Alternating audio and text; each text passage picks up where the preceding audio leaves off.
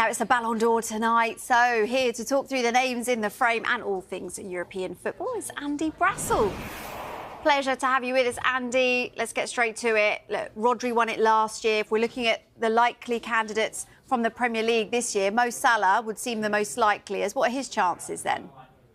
I don't think particularly high, if I'm being particularly honest, Bella, because I think the two favourites are pretty clear.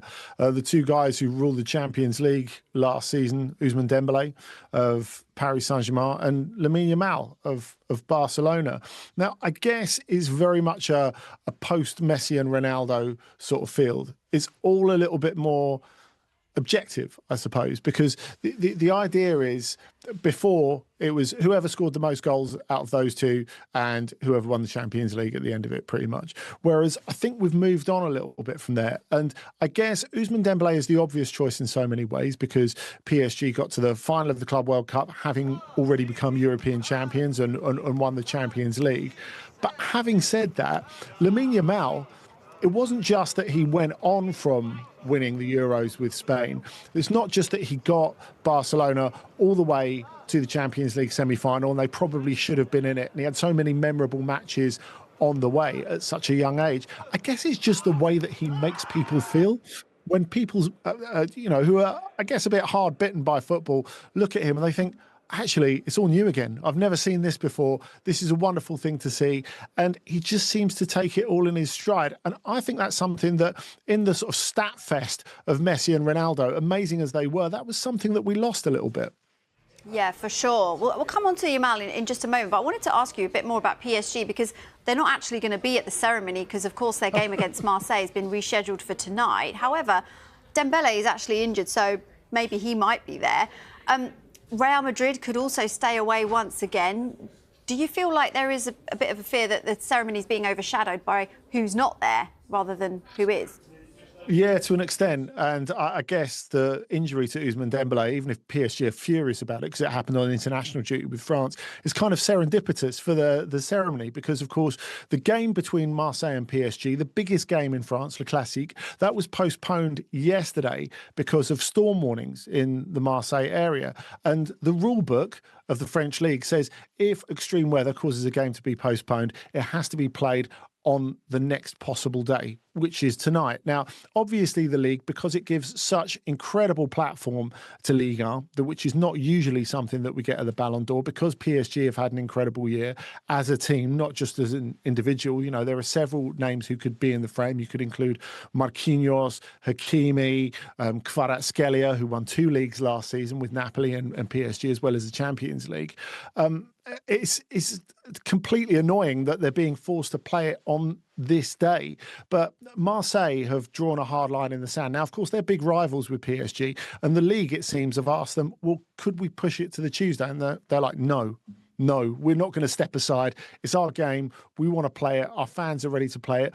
And they don't want to play it later in a couple of months' time because then PSG might have all their injured players fit. So, clearly Marseille's interest is to themselves, which is fair enough. And they want to play as soon as possible. And they said to the league, if you try and bump it to the Tuesday, we're going to take legal action against you. So that's why they've had to have it tonight, even though, as we say, Dembélé will be there. All those other players won't be. And, of course, Luis Enrique won't be there as well.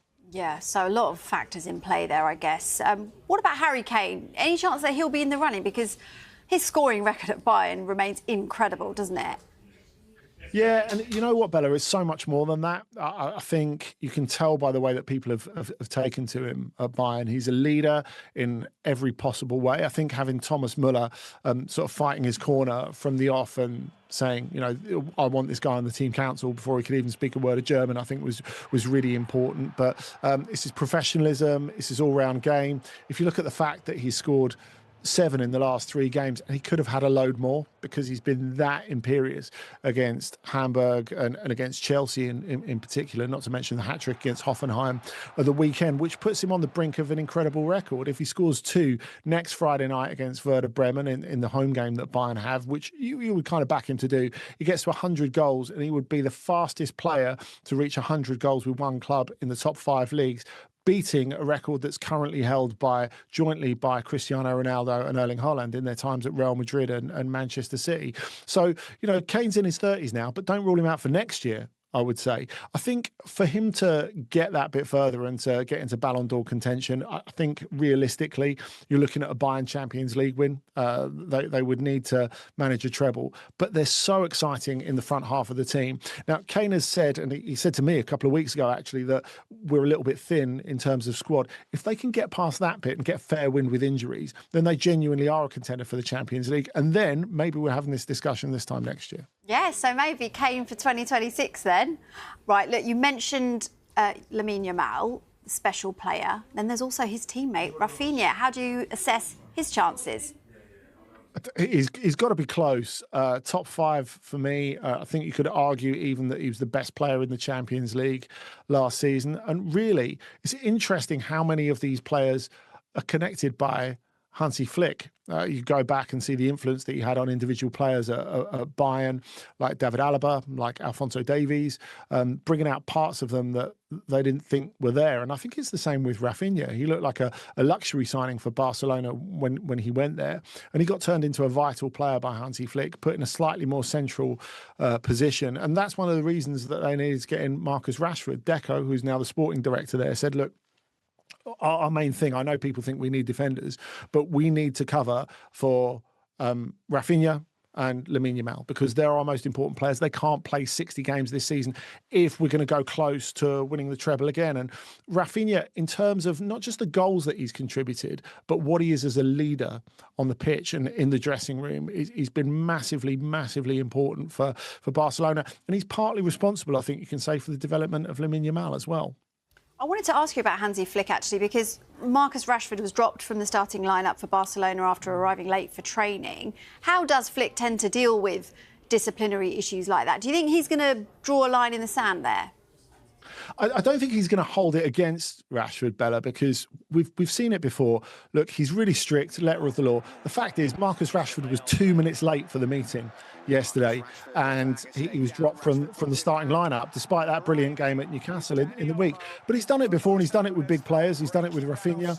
He's done it with Jules Koundé, and then he's just put it behind him. The players have put it behind them, and they've gone again. I guess the problem is, from the Marcus Rashford perspective, if he wants to become a starter for Barcelona, it's come at quite a bad time because having been left out, they brought Ferran Torres back in. He scored twice against Getafe last night and was brilliant. And apart from Lewandowski, is the best centre forward in the squad. There's absolutely no doubt about that. Now, look, Rashford was signed as a wide player, but he showed in the Newcastle game that he can work in central positions as well. So if he wants to find himself a regular spot, and I don't think we can ever expect him to start every game for Barcelona, but if he wants to find himself a regular spot, he needs to seize every single opportunity. So it's an unfortunate time to be left out, though he did come in for Rafinha at half-time and set up the third for Dani Olmo. OK, I wanted to get a word on the Bundesliga from you this weekend. Scotland's Ollie Burke with a hat-trick for Union Berlin. He hasn't played for his country in, 5 years? But this will certainly make Steve Clarke sit up and take notice, won't it? Big time. There's no doubt about it. A hat-trick away at Eintracht Frankfurt as well, one of the best teams in the division. Of course, they'd come off a hard Champions League Thursday night.